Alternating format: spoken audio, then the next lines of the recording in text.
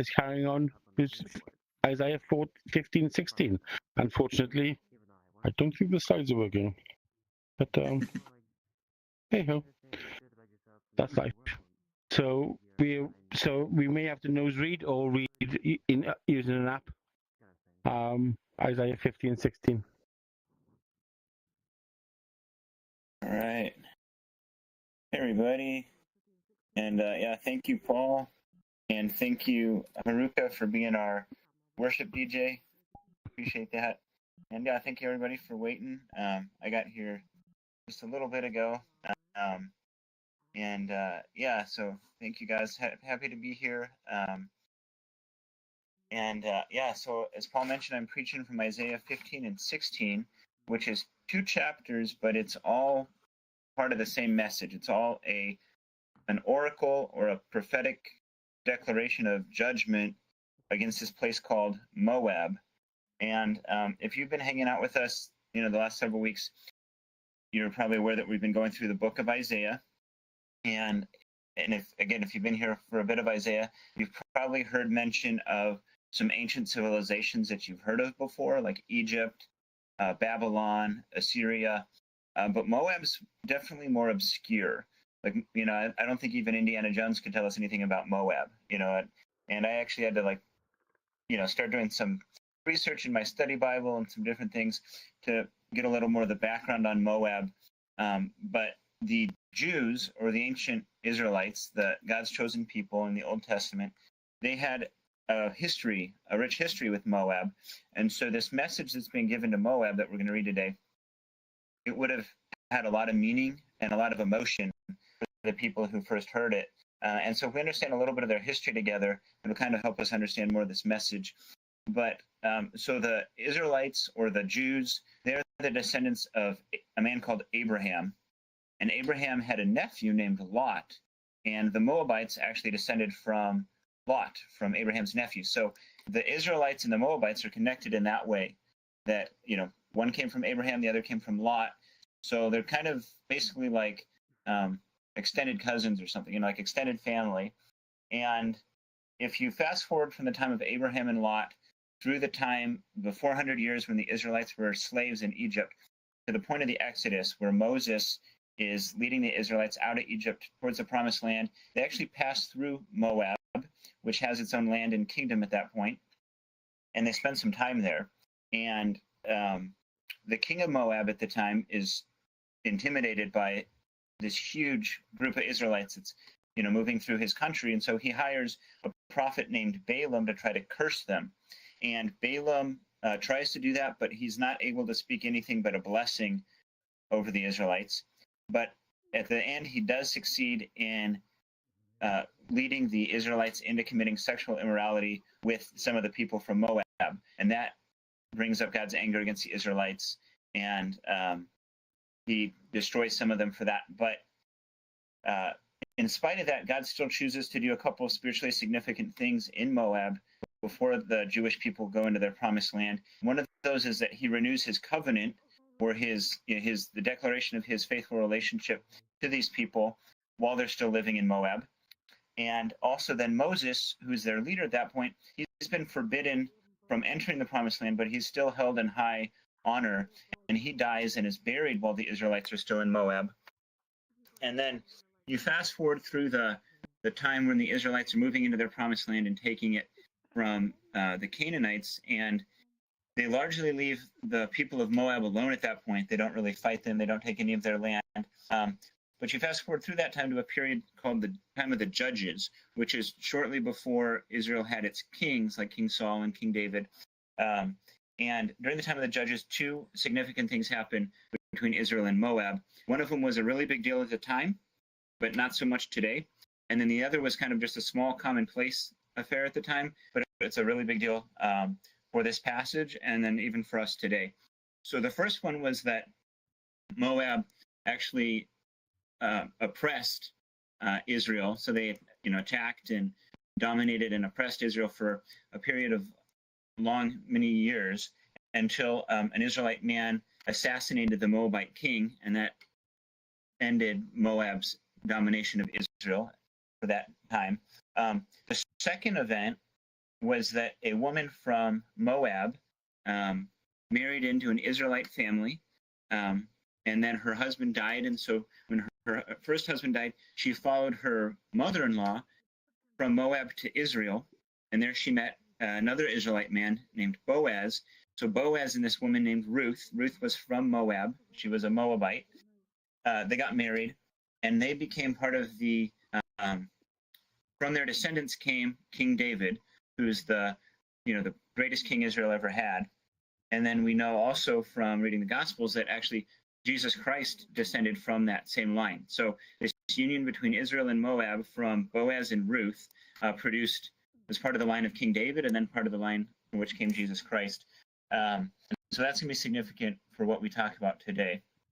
And I'm going to go ahead and read the passages now, and it's long. Like I said, it's 2 chapters, but keep in mind that I'm going to be reading a lot of names of specific places, which don't really mean anything to us today. They don't really have any context in our lives, but these are places the original audience of this message would have been familiar with. It's places where their ancestors would have walked, maybe places their ancestors were buried, places their ancestors had called home. And so this is packed with meaning and significance for them.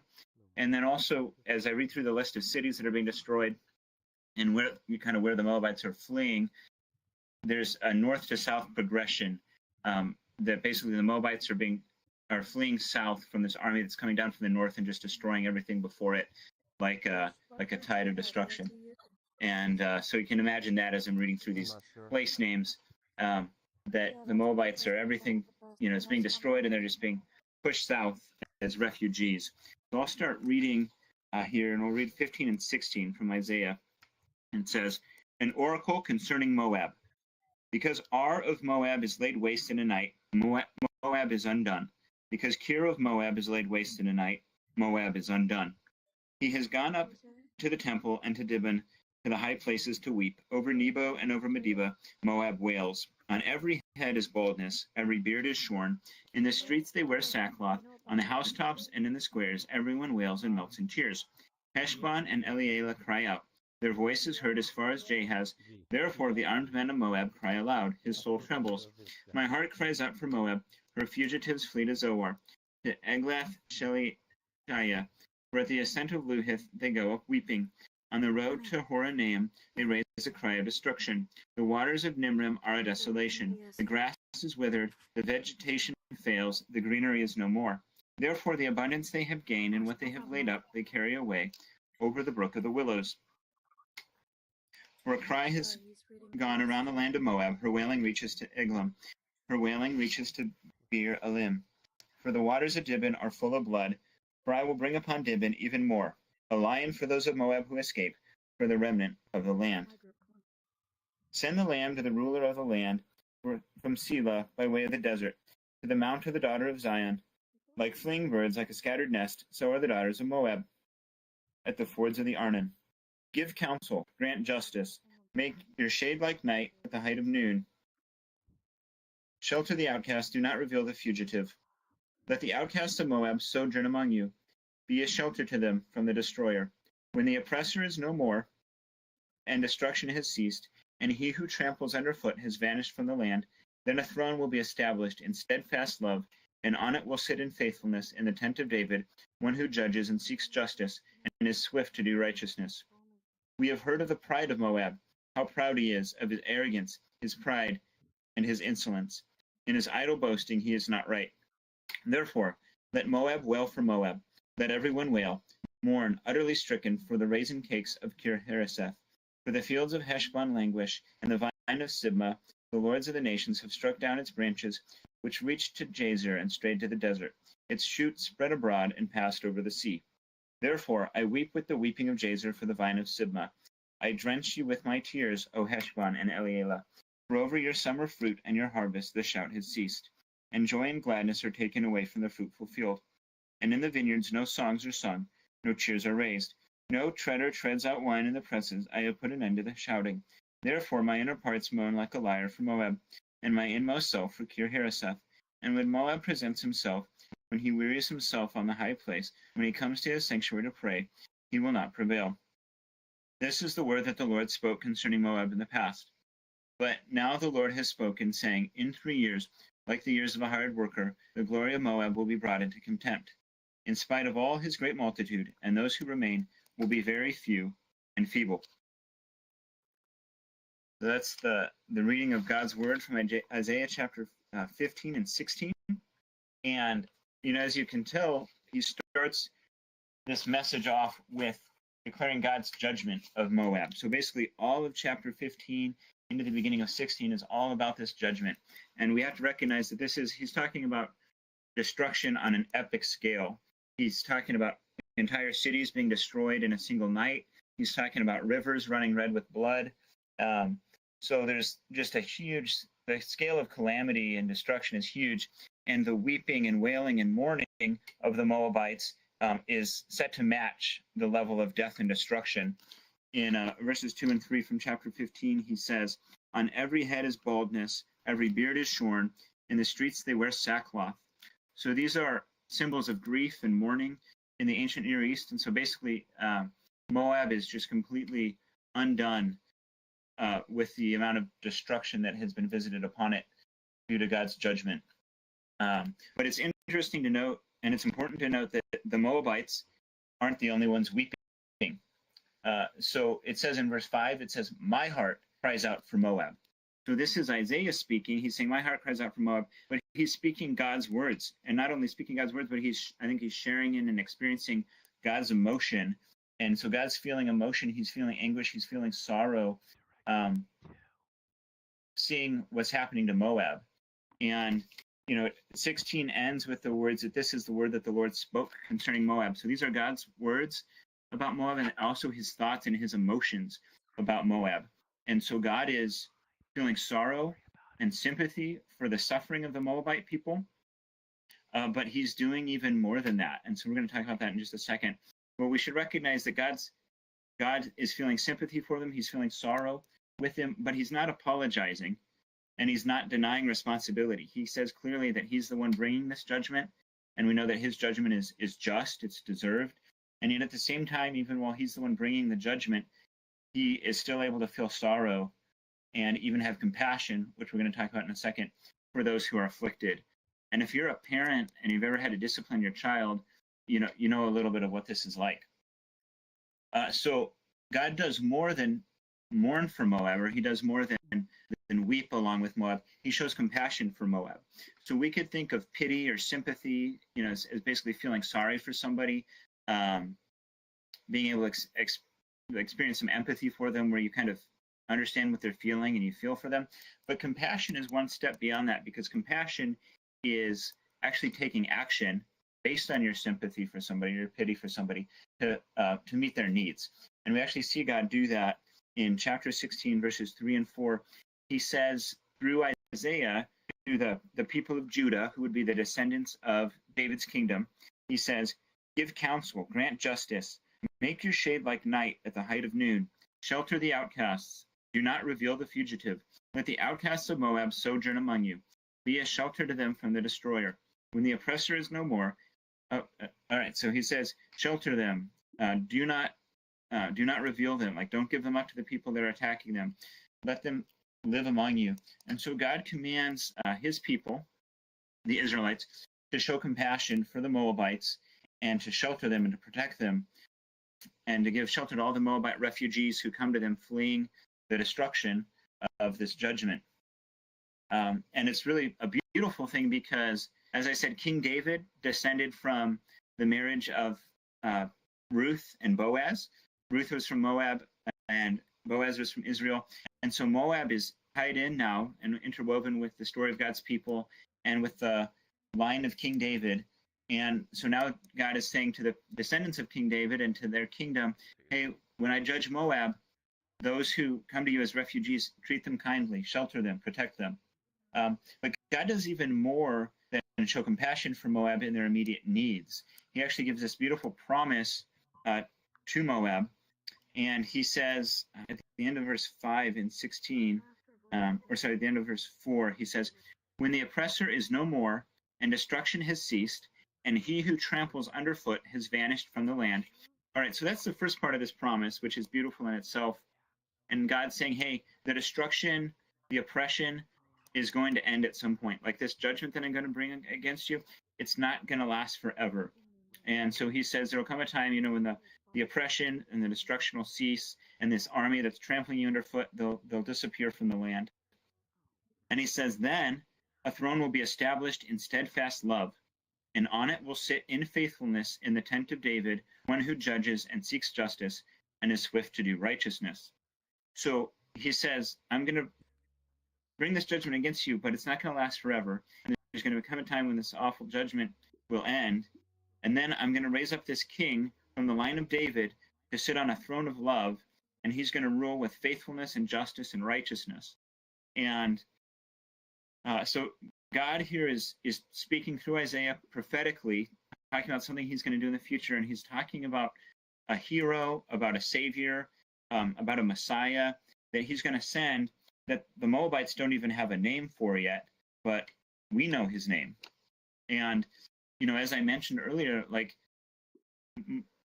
Moab and Israel come together to form the line from which descends King David. And then also Jesus himself comes from that line. So that's who he's talking about here when he talks about raising up this throne of love, and this king is going to sit on it who comes from the tent of David. And he's going to judge with faithfulness and justice and righteousness. And so he gives us this beautiful promise. And the Moabites, even though they're not part of Israel, even though they're not God's specific chosen people at this time, they're included in this promise of a future savior, of this future king of love. And we know now from the Bible that actually all people are included in this promise, and all people are offered salvation through Jesus. Not just Israel and not just Moab, but all people. And so we got to wonder, like, why does God care about Moab? Why does he cry for them, even when he's the one bringing the judgment? And I think it's because Moab's connected to Israel in the ways that we've talked about. And they're basically Israel's extended, estranged extended family. And so we could wonder, well, if we're a Christian, if you're a Christian today, you're now part of God's family. You're one of God's chosen people.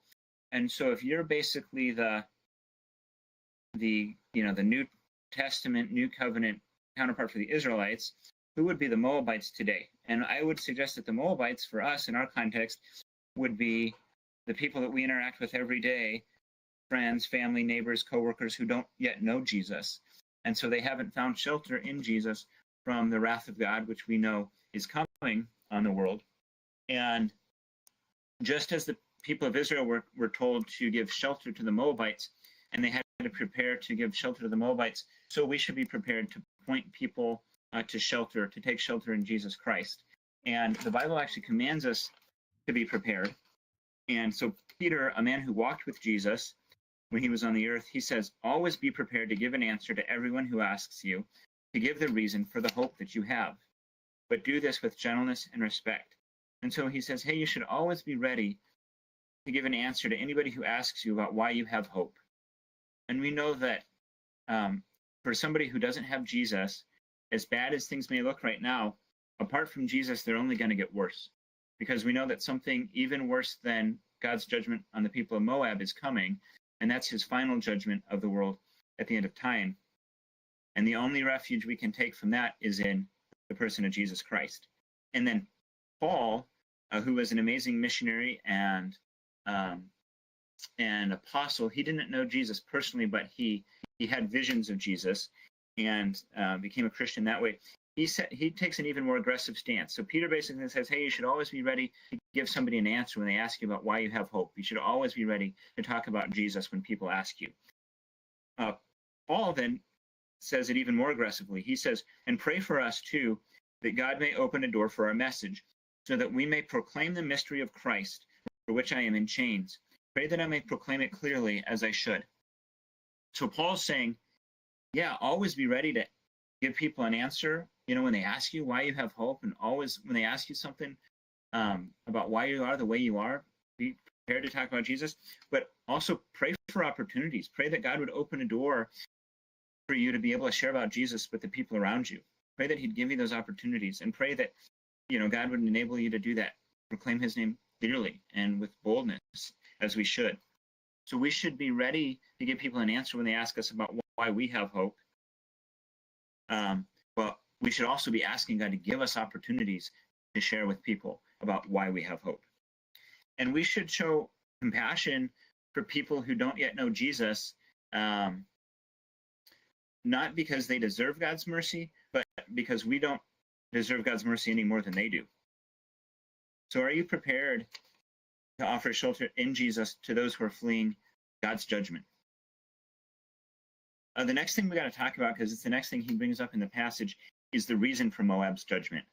So surprisingly, as severe as this judgment is, and as awful as it's being described, and as emotionally gut-wrenching as it's being described, there's only one sin listed for why this judgment is being brought on Moab. And as I mentioned, Moab and Israel had a long history together, and it wasn't always a good history. Like, there's lots of things God could have had against Moab. You know, they tried to curse Israel. They tried to dominate and oppress Israel with their armies. They led Israel into immorality. The Moabites worshiped a false god named Chemosh. So there's like all different kinds of things God could have taken issue with, but he only mentions one sin as the reason for this judgment. So we might think, wow, that must have been some really wild, outlandish sin. That must have been really awful and unusual for God to get so upset. But when we look at this sin, we'll realize this is something actually really close to home for all of us. And it's not only a sin that we have in our homes, but it's a sin that we have in our hearts. And that's the sin of pride. And so in verse 6 of chapter 16, God says, "We have heard of the pride of Moab, how proud he is, of his arrogance, his pride, and his insolence. In his idle boasting, he is not right." So the sin of Moab that God's judging them for is pride. And we might think, well, but I'm probably free of that kind of extreme pride that Moab had that brought about God's judgment. But C.S. Lewis, one of my favorite authors, he says that the one vice of which no man in the world is free, so basically the universal vice, or the universal sin, the sin that we all have, he says the essential vice, the utmost evil, is pride. And he goes on, he says, "It was through pride that the devil became the devil. Pride leads to every other sin, or every other vice. It is the complete anti-God state of mind." And we may think that we're free of Moab's pride, like this extreme kind of pride that brought on God's anger. But there's lots of subtle ways that pride pops up in our lives. And so I'm just going to list some common manifestations of pride. And you can just be listening to these and thinking, oh, where do I see that in my life? Do I see that in my life? Is that a struggle for me? So the first one is kind of an obvious one. And that's having an inflated view of your own importance, gifts, or abilities. Now, we probably all know people like this, right? Or this is an easy way to spot pride in someone else's life if they've got an inflated view of their own importance, gifts, or abilities. But having a focus on our lack of gifts and abilities, or being jealous or envious of people who have the gifts and abilities that we would like to have, that can be pride as well. Even if it's basically, because it's still a self-focus, even if it's focusing on what I wish I had or who I wish I was. On that note, self-pity, a poor self-image, low self-esteem, perfectionism, shyness, social anxiety, being consumed with what others think, or being devastated or angered by criticism can all be manifestations of pride in our life. Anger is another thing that often can show that we have pride in our life, and that can include the kind of typical anger we think of, like an outburst, like somebody just losing control, either verbally or physically or emotionally. But it can also include that cold, inward kind of anger, such as withdrawing, shutting down, giving somebody the cold shoulder or the silent treatment, pouting, moodiness, or frustration. Also, being impatient or irritable with others can be a sign of pride, as can using others for what they can do for us or for our own interests. Being sarcastic, hurtful, or degrading, including with your use of humor and nonverbal expressions, such as rolling your eyes to show disdain for what somebody's saying or for what they do. A lack of gratitude, a lack of service to others, a lack of compassion for others, and a lack of prayer. So proud people rarely pray, and when they do, they usually pray about themselves and their needs or their wants. Also, if we're lacking forgiveness, whether we are refusing to grant forgiveness, or we're refusing to ask for forgiveness, or we're not able to admit when we're wrong, Those are all signs of pride. Talking too much, especially talking too much about yourself, or voicing preferences or opinions when not asked, can be signs of pride as well. On that note, making yourself the center of attention, even if this means something like, or takes the form of something like talking constantly about your problems with other people, but making yourself the center of attention, even if it's just through complaining, can be a form of pride as well. Another big one that we probably often tend to see other people make is minimizing your own sin and shortcomings and maximizing the sins and shortcomings of others, right? When we're prideful, we tend to think that everybody else's sin is worse than our own sin. And finally, not having close relationships. So there can be a lot of reasons why pride might keep us from building close relationships. It could be the thought that it's just not worth our time, or that other people don't have anything of value to add to our lives, or it could be the thought that we don't want to let other people get to know us at a deep level, or just the thought that the cost outweighs the benefits. There could be lots of reasons where pride would cause us to not develop close relationships. And, the thing about pride is we all have it. It's just a question of how and where we have it, where it shows up in our lives. So if we think we don't have it, it's because we're blind to it. Because pride is actually a blinding sin. It kind of conceals itself. And so if I read through that whole list and you thought, man, I don't think I have any of those. I don't think I ever do any of those things, and I don't relate to that at all or see myself in that at all, that's not a good sign. It's just a sign that you have enough pride in your life that you're blind to it. And we know from the words of Jesus and from other teachings that are recorded in the Bible that the proud people can only expect one thing from God, and that's his opposition. As one pastor said, pride, when God sees pride, he puts on the emergency brake. And that's the end of all forward momentum in our spiritual growth until we deal with the pride. And really, it seems like the Bible gives us one method and one instruction for dealing with pride, and that is to humble ourselves. So time and again, we're told by Jesus and by other people whose words are recorded in the Bible that we need to humble ourselves. And Jesus said that the man who humbles himself, or the woman who humbles herself, God will exalt that person, or God will lift that person up. And we're told that God gives grace to the humble. And so but it's our responsibility to choose to do that. That has to be our choice, to humble ourselves before God, rather than remaining proud the way Moab did. And, a minute ago I read a quote from C.S. Lewis about pride. So I think it's good to also listen to what he said about humility, which is the opposite, or the antidote, or the counterpart of pride. And he says, humility is not thinking less of yourself. It is thinking of yourself less. So, hating yourself isn't humility. Humility is thinking more about God and more about others than you think about yourself. And after God talks about the reason for Moab's judgment, he goes back into describing that judgment. And so he spends the last half of chapter 16 giving more details about that judgment and how severe it's going to be. And he mentions several times in that closing part of the passage vineyards or vines, and so Moab at the time was known for its wine and for its vineyards. That's part of why it was wealthy and proud and prestigious. And God talks about how those vineyards are going to be destroyed through this judgment. And there's a passage that's really similar to this that's given by the prophet Jeremiah. And he's also giving a message against Moab and has a lot of the same themes. And he actually compares the people of Moab to wine. And he says they're like this wine that's just been allowed to sit in the barrel and continue to congeal and ferment and thicken. And they haven't been poured from one container to another. And basically what he's saying is Moab is complacent. It's apathetic. It's indifferent towards my words and towards my prophetic warnings. And what he says in the next lines is, since you wouldn't be moved, or you wouldn't move yourself for my words, I'm going to send an army that's going to tip you over and pour you out. And so basically we see that because Moab was proud and indifferent towards God, they wouldn't move themselves on behalf of God's words. He's going to send an army against them to make them move. But it's interesting that the passage ends this way. Like he mentions his compassion, his sorrow for Moab. He mentions the compassion of sheltering the refugees from Moab. He even gives this prophetic reference to Jesus. And then he goes back into talking about Moab's sin and the judgment that that sin is going to receive.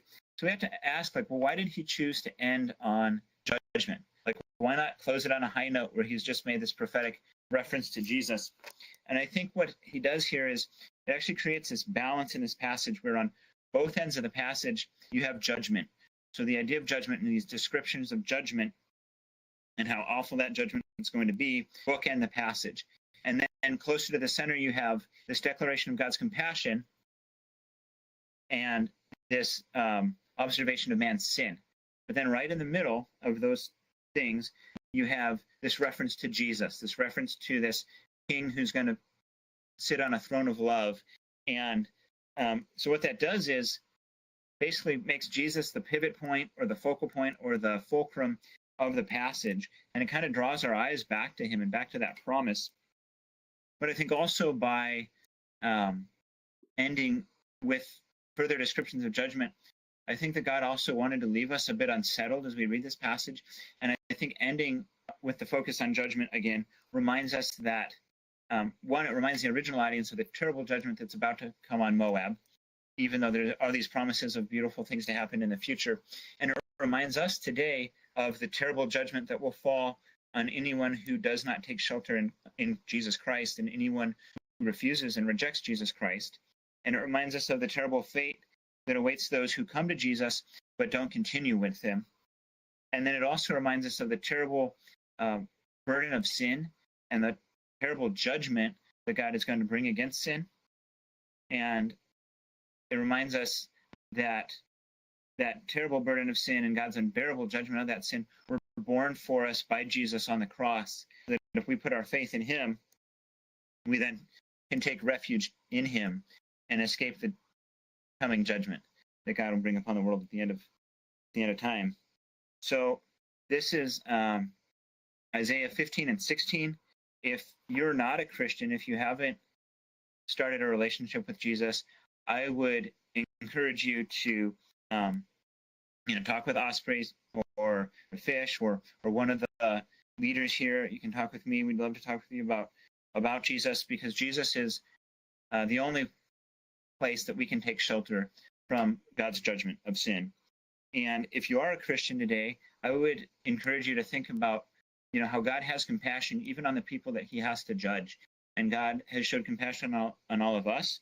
And he wants us to extend his compassion to other people by asking him to give us opportunities to share about Jesus with the people around us, being prepared to talk about Jesus with the people around us when they ask us about why we have hope. And as I said, we should have compassion on such people, not because they deserve God's mercy, but because we didn't deserve God's mercy any more than they do. And so that's the message that I had for you all today from Isaiah 15 and 16. So yeah, thank you very much for being here and for listening. And I hope that this was a blessing to you. Thank you. Thank you. God bless. Thank you, Nick. Dude, We just have a just short got time of done eating dinner, Q&A, right? or specifically on the And sermon. she's like, We would be playing a video now, but we can't. "Why are you grabbing this from So, this?" are there any I'm like, questions "But you specifically on can't the really sermon? finish this." I'm like, "Because I don't like it, Just press the right. but I still ate it." Go on, I didn't say Fish, you anything waving at me. about it because she likes making it, so I ate it no matter what. And she What just was throws it? this You fish. right click on your right hand. She There's just throws a this push fish. the And my dad's joystick like, back "Who and cares forth. if she likes Hit it? Q&A, and then I like good, it." and then ask a question. So, She just shut up. And I was Haruka. like,